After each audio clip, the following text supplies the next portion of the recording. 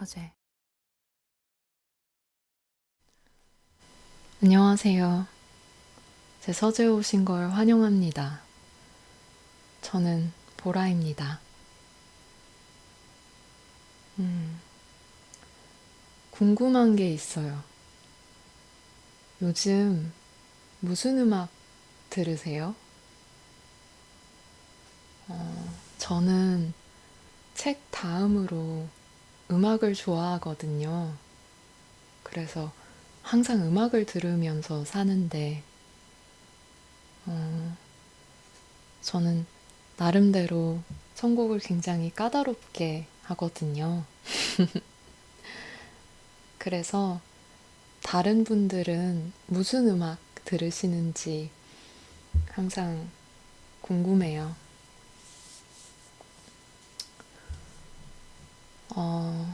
저는 요즘 재즈 보컬리스트 나윤선님의 커버곡 Avec le temps 이라는 샹송을 자주 듣습니다.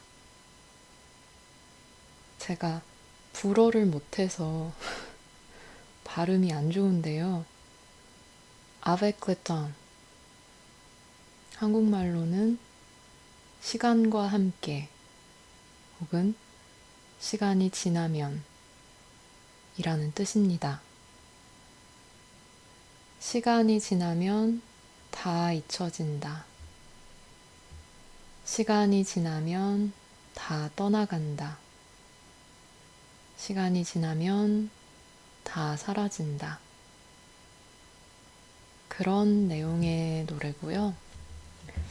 어쩐지 붉게 타올랐다가 서서히 시드는 가을의 모습과 잘 어울리는 것 같아서 저는 가을마다 그 곡을 듣습니다.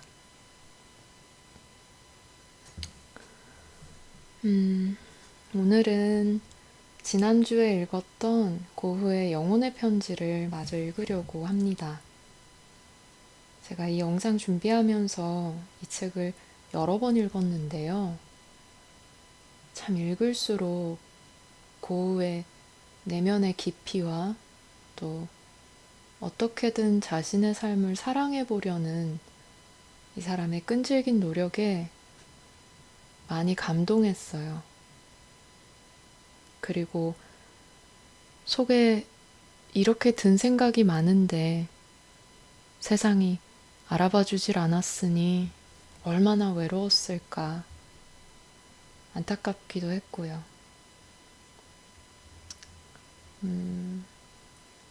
꼭 이렇게 예민하게 감정 느끼는 예술가가 아니더라도 사실 누구에게나 산다는 건 쉽지 않은 일이잖아요.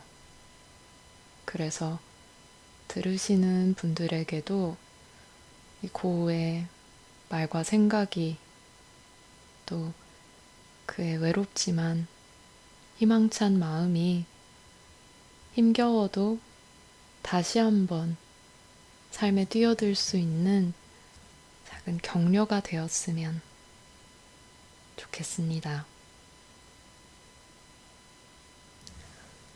그럼 오늘의 낭독을 시작해 볼게요. 빈센트 반 고흐의 영혼의 편지입니다.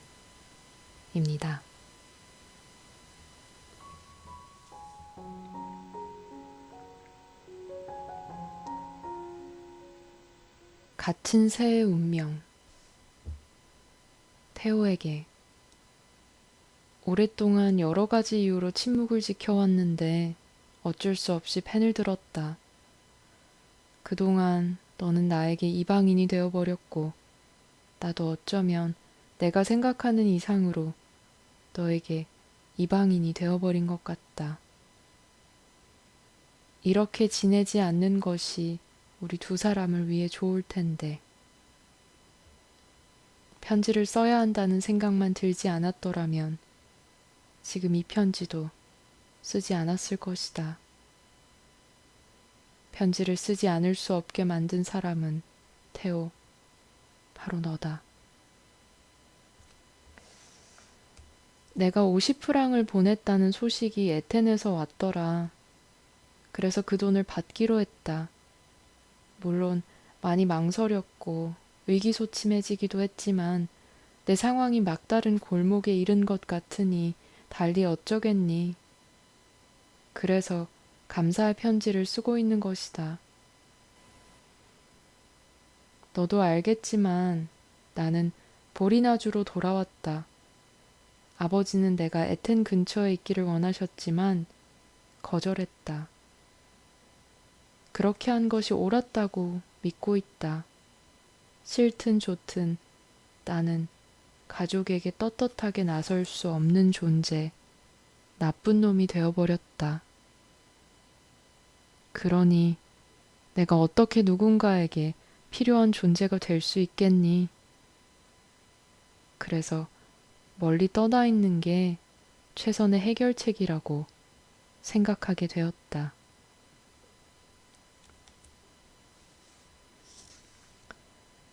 새들에게 털갈이 계절이란 어떤 의미가 있을까? 자신의 깃털을 읽는 시기라고 할 수 있겠지. 사람에게 비유하자면 실패를 거듭하는 불행하고 힘겨운 시기라고 할 수 있겠지. 털갈이 계절이 있기에 새롭게 태어날 수도 있으므로 이 변화의 시기에 애착을 가질 수도 있겠지만 이 일이 공개적으로 이루어져서는 안 되겠지. 그리 유쾌한 일도 재미있는 일도 아니기 때문에 눈에 띄지 않도록 조심해야 할 것이다.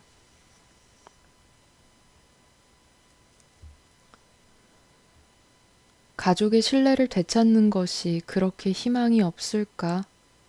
비록 아버지는 편견에서 완전히 벗어난 적이 전혀 없지만 다른 식구는 훌륭한 사람들이니 천천히 그러나 확실하게 관계가 회복될 가능성을 완전히 부정하지는 않는다. 결국은 아버지와 사이가 좋아지면 다행이겠지만 우선은 너와 나 사이의 관계를 회복하는 게 중요하겠지. 오해하기보다는 좋은 관계를 맺는 게 더 낫지 않겠니? 추상적인 이야기를 꺼내서 너를 괴롭히게 될지도 모르겠는데 인내심을 갖고 끝까지 들어주었으면 한다. 나는 정열적인 사람이다. 그래서 가끔은 좀 미안한 생각이 들 정도로 지나친 행동을 하기도 했지.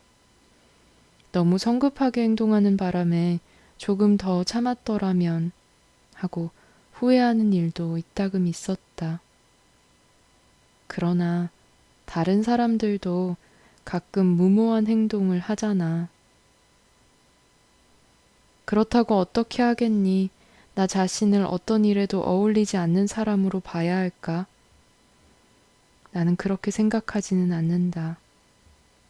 오히려 이 열정이 좋은 결과를 거둘 수 있도록 해야겠지. 이를테면 빵을 먹어야 살 수 있는 것처럼 책에 대해 열정을 갖고 끊임없이 정신을 고양하고 탐구할 필요를 느낀다. 너도 그걸 이해할 수 있겠지? 다른 환경에서 살았을 때, 그러니까 예술작품으로도 둘러싸인 세계에서 살았을 때, 너도 알다시피 나는 그런 것에 대해 거의 광적인 열정을 품었다. 집에서 멀리 떨어져 있는 지금도 그림의 나라에 대한 향수를 자주 느끼고 있다.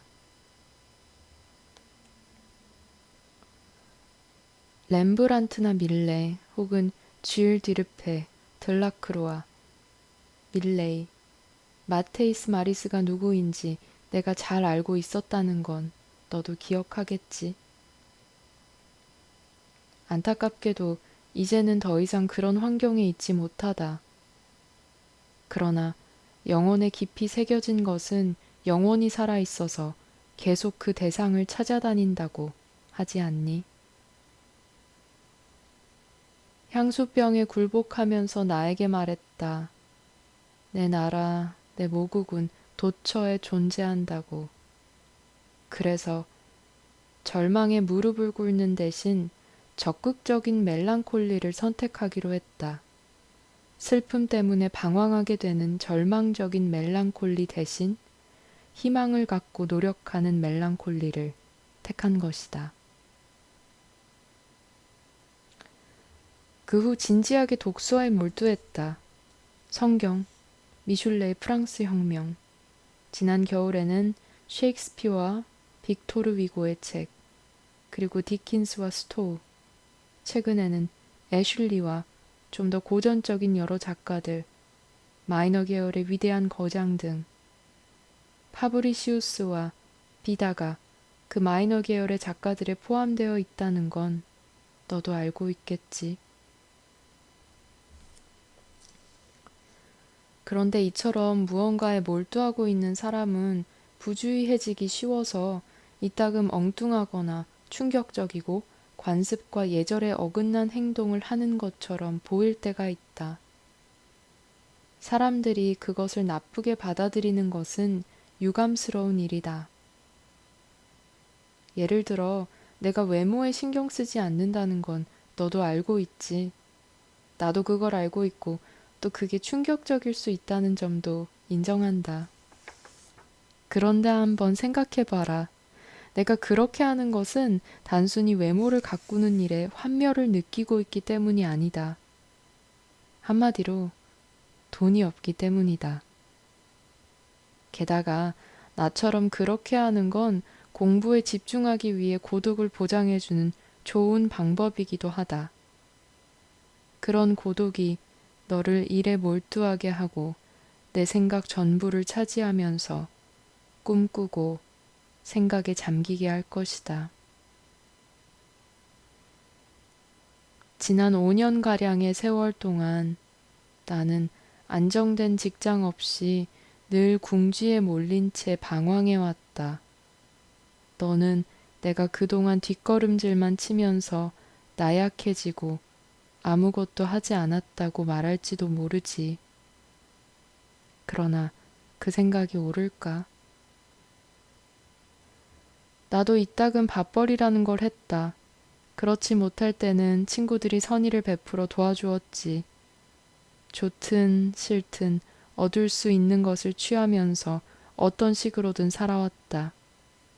내가 많은 사람의 신뢰를 잃었다는 건 맞는 말이다. 경제적인 형편도 좋지 않은 게 사실이고 내 미래가 처량한 것도 부인할 수 없고 더 잘할 수 있었을 것이라는 말도 맞다. 생계 유지를 위해 노력했어야 할 시간을 낭비했다는 것도 맞는 말이고 공부가 상당히 허술하고 빈약하며 필요한 것을 모두 구하기에는 내가 가진 수단이 너무 보잘것없다는 말도 틀리지 않다. 그러나 그 모든 것이 옳다고 해서 내가 점점 퇴보하면서 아무것도 하지 않았다는 결론이 바로 나올 수 있는 것이냐? 왜 대학을 끝까지 마치지 않았느냐고, 왜 그들이 나에게 바라는 것을 계속하지 않았느냐고 물을 수도 있겠지. 그 문제라면 학비가 너무 비싸다는 대답밖에는 할 말이 없다.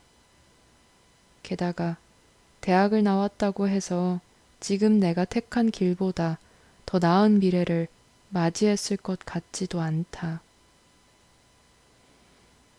나는 지금 내가 선택한 길을 계속 가야 한다. 아무것도 하지 않는다면, 아무것도 공부하지 않고 노력을 멈춘다면 나는 패배하고 만다. 묵묵히 한 길을 가면 무언가 얻는다는 게 내 생각이다.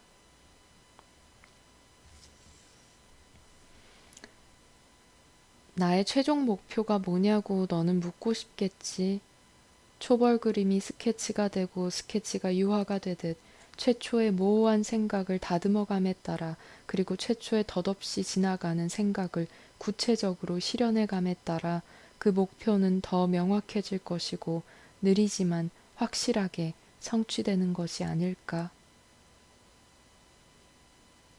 그것은 예술가뿐 아니라 복음 전도자도 마찬가지라는 걸 알아야 한다. 이따금 밉살스럽고 전제적이며 격식만 따지는 오래된 학교를 볼 수 있다. 그곳에는 고통을 혐오하는, 한마디로 편견과 관습의 갑옷을 입은 사람들이 있기 마련이다. 그들은 담담구역의 일자리를 마음대로 주무르지, 또 자기 부하를 위해 일자리에 빨간 테이프를 붙여두고 자유로운 정신을 가진 사람을 내쫓으려 한다.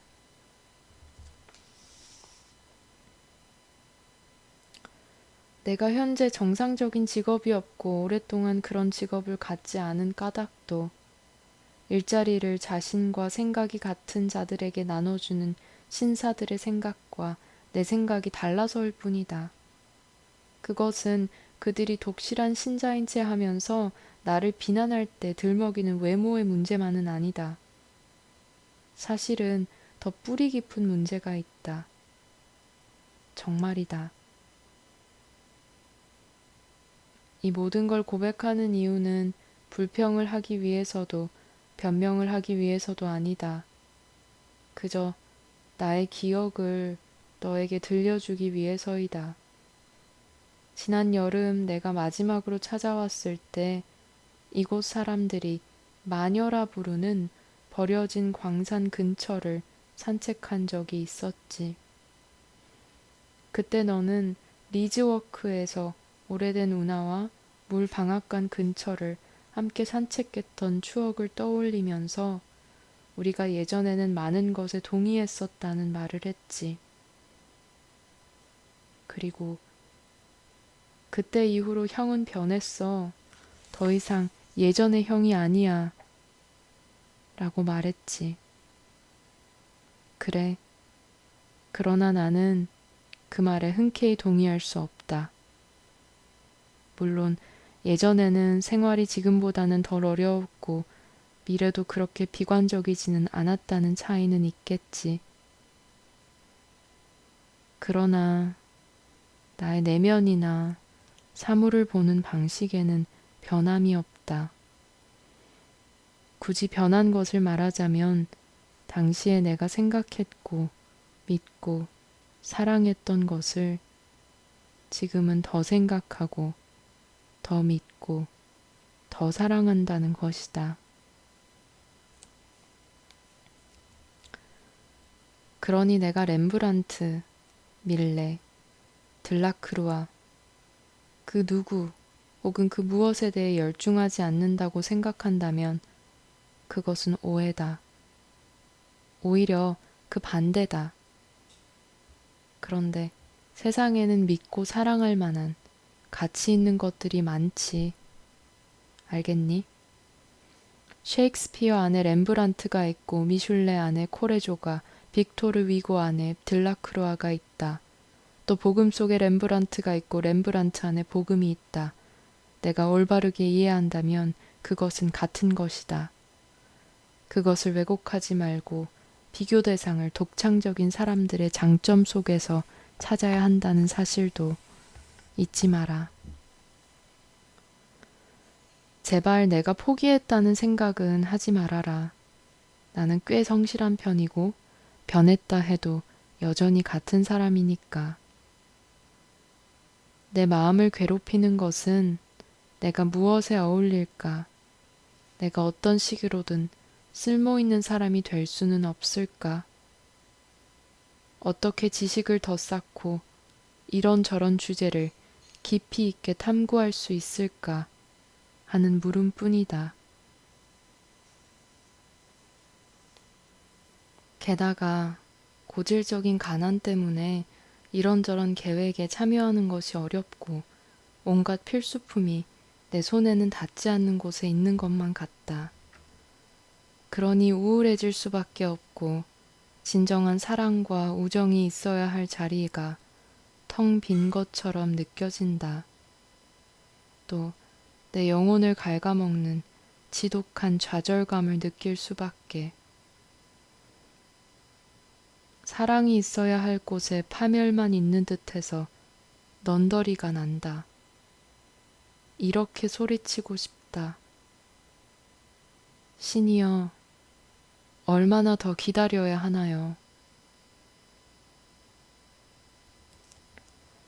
어쩌면 내 영혼 안에도 거대한 불길이 치솟고 있는지도 모르지. 그러나 누구도 그 불을 쬐러 오지는 않을 것이다.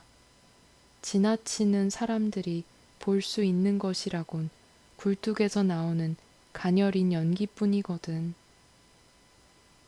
그러니 그냥 가버릴 수밖에. 그렇다면 이제 어떻게 해야 할까?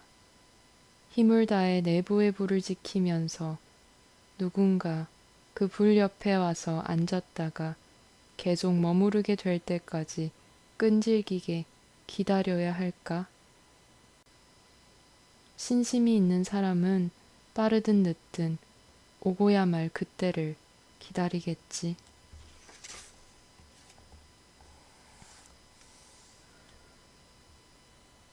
모든 일이 좋지 않게 진행되고 있다. 과거에도 오랫동안 그랬고 미래에도 계속 그럴 것 같다. 그러나 모든 일이 잘못된 후에는 다시 좋아지게 될지도 모르지. 물론 그걸 계산하고 기다리고 있는 것은 아니다. 그런 일이 일어나지 않을 수도 있겠지. 그래도 더 나은 변화가 온다면 나는 그걸 얻은 것으로 생각할 테고 기뻐하면서 이렇게 말할 것이다. 드디어, 그래, 결국에는 뭐가 되고야 마는구나. 형은 정말 대책 없는 사람이라고. 어떻게 그런 엉뚱한 생각을 하고 바보 같은 기대를 할 수 있느냐고 말할지도 모르겠다. 그러나 내 생각이 아무리 말도 안 되고 바보 같다 해도 더 나은 대안이 없는 이상 그런 기대도 하지 않는 것보다는 낫지 않겠니? 펜이 가는 대로 적다 보니 두서없는 편지가 된 것 같다. 내가 나를 쓸모없는 사람은 아니라고 봐준다면 기분이 좋을 것 같다. 사실 쓸모없는 사람도 두 종류가 있다. 천성이 게으르고 강단이 없어서 정말 쓸모없는 사람이 될 수도 있겠고, 나를 그런 사람 가운데 하나로 봐도 무방하다. 그런데 다른 종류의 쓸모없는 사람도 있다. 그들은 본의 아니게 그렇게 된 사람들이다. 일을 하려는 욕구로 불타지만 손이 묶여 있고 갇혀 있어서 한마디로 어려운 환경이 그를 억눌러서 아무것도 할 수 없게 된 것이지. 그런 사람들은 자기가 할 수 있는 일을 모른다 해도 본능적으로 어떤 느낌이 있기 마련이지. 즉, 나도 그 무엇인가에 적합한 인물이다. 내가 이 세상에 존재해야 하는 이유가 전혀 없는 것은 아니다. 나도 지금과는 다른 사람이 될 수 있다는 것을 알고 있다. 그런데 어떻게 해야 쓸모 있고 도움이 되는 사람이 될 수 있을까? 내 안에 무엇인가가 있다. 그것이 도대체 무엇일까? 그런 사람은 본의 아니게 쓸모없는 사람이 된 경우다. 원한다면 나를 그 가운데 하나로 봐도 좋다.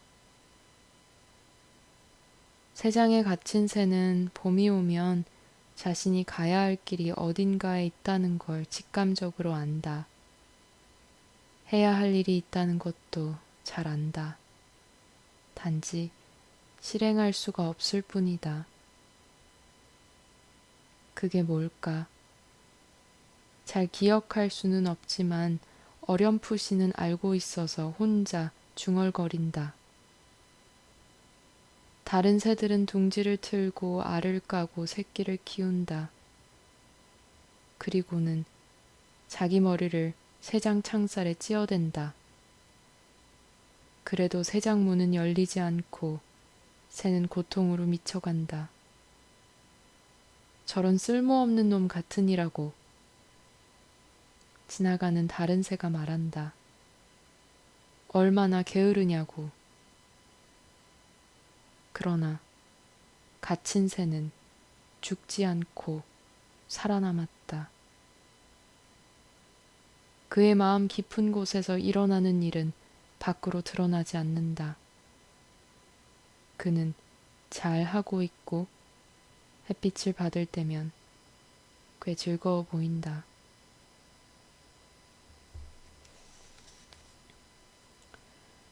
철새가 이동하는 계절이 오면 우울증이 그를 덮친다.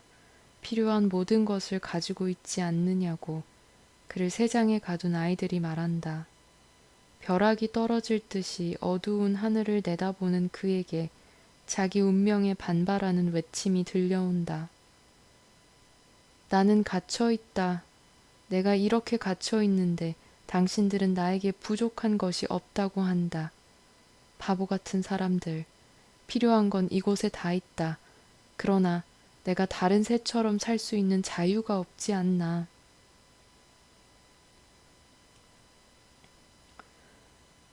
본의 아니게 쓸모없는 사람들이란 바로 새장에 갇힌 새와 비슷하다. 그들은 종종 정체를 알 수 없는 끔찍한, 정말이지 끔찍한 새장에 갇혀 있어서 아무것도 할 수가 없다. 해방은 뒤늦게야 오는 법이다. 그동안 당연하게든 부당하게든 손상된 명성, 가난, 불우한 환경, 역경 등이 그를 죄수로 만든다. 그를 막고 감금하고 매장하는 것이 무엇인지는 분명하게 지적할 수 없다. 그러나 어떻게 표현하기 어려운 창살, 울타리, 벽 등을 느낄 수는 있을 것이다. 이 모든 것이 환상이고 상상에 불과할까? 나는 그렇게 생각하지 않는다. 그래서 이렇게 묻곤 한다.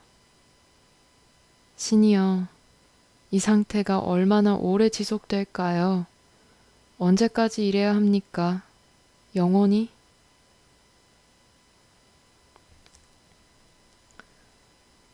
이 감옥을 없애는 게 뭔지 아니? 깊고 참된 사랑이다. 친구가 되고 형제가 되고 사랑하는 것. 그것이 최상의 가치이며 그 마술적 힘이 감옥 문을 열어준다. 그것이 없다면 우리는 죽은 것과 같다. 사랑이 다시 살아나는 곳에서 인생도 다시 태어난다. 이 감옥이란 편견, 오해, 치명적인 무지, 의심, 거짓 겸손 등의 다른 이름이기도 하다. 내가 영락을 거듭해왔다면 너는 상승가도를 달려왔다. 내가 인심을 잃어온 반면 너는 그걸 얻어왔다.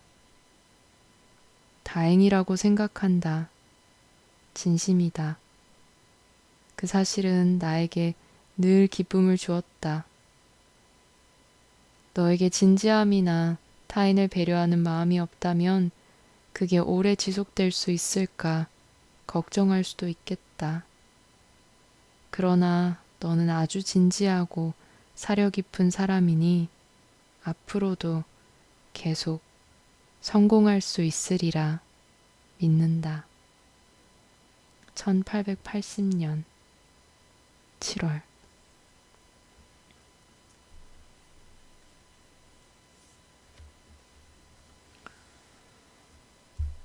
오늘 준비한 낭독은 여기까지입니다. 오늘도 함께 해주셔서 정말 감사해요. 그럼 금방 또 올게요. 그때까지 잘 지내요.